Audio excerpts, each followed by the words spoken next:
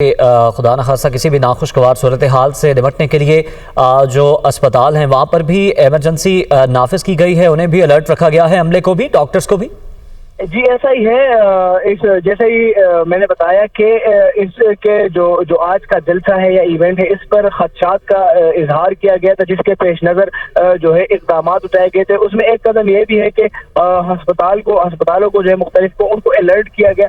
ساتھ ساتھ میں آپ کو بتاتا چلوں کہ کمیٹی چوک کے مقام پر ایک ریسکیو 1122 والوں کا جو ہے ایک کیمپ لگایا گیا تھا تاکہ کسی بھی ناخوشگوار واقعے سے نپٹنے کے لیے وہ وقت کی ضرورت کام آ سکے۔ تو اس طرح کے اقدامات اٹھائے گئے ہیں۔ اسپتال میں جو انتظامیہ ہے، جو ڈاکٹرز ہیں، جو نرسز ہیں، ان کو بھی الرٹ رکھا گیا ہے۔ ریسکیو 1122 بھی جو ان کے اہلکار ہیں وہ اب بھی موجود ہیں اور اپنی انجام دے رہے ہیں، اور اس کے ساتھ ساتھ جو سیکیورٹی کے انتظامات ہیں وہ سخت ہیں اور فل پروف سیکیورٹی فراہم کی جا رہی ہے۔ جی ٹھیک ہے ذیشان، آپ ہمارے ساتھ ہی موجود رہیے گا۔ منصور، آپ ہمارے ساتھ موجود ہیں؟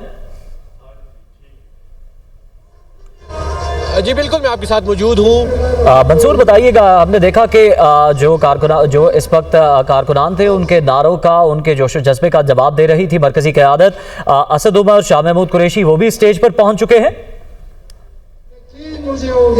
دیکھیں، میں آپ کو جو مرکزی سٹیج ہے وہاں پہ اسد عمر بھی پہنچ چکے ہیں، لیکن شاہ محمود جو قریشی ہیں وہ عمران خان کے ساتھ ہیں۔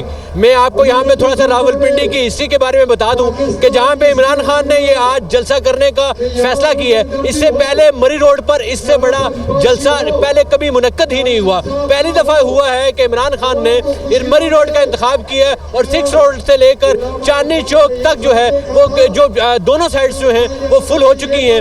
اگر بات کریں مری روڈ کی تو مری روڈ فیض آباد سے لے کر صدر تک 7 کلومیٹر کا یہ فاصلہ بنتا ہے، اور 7 کلومیٹر کے فاصلے پر یہ جو 3 سے 4 کلومیٹر کا فاصلہ ہے، یہاں پہ آپ کو پاکستان تحریک انصاف کے کارکنان ہی نظر آئیں گے۔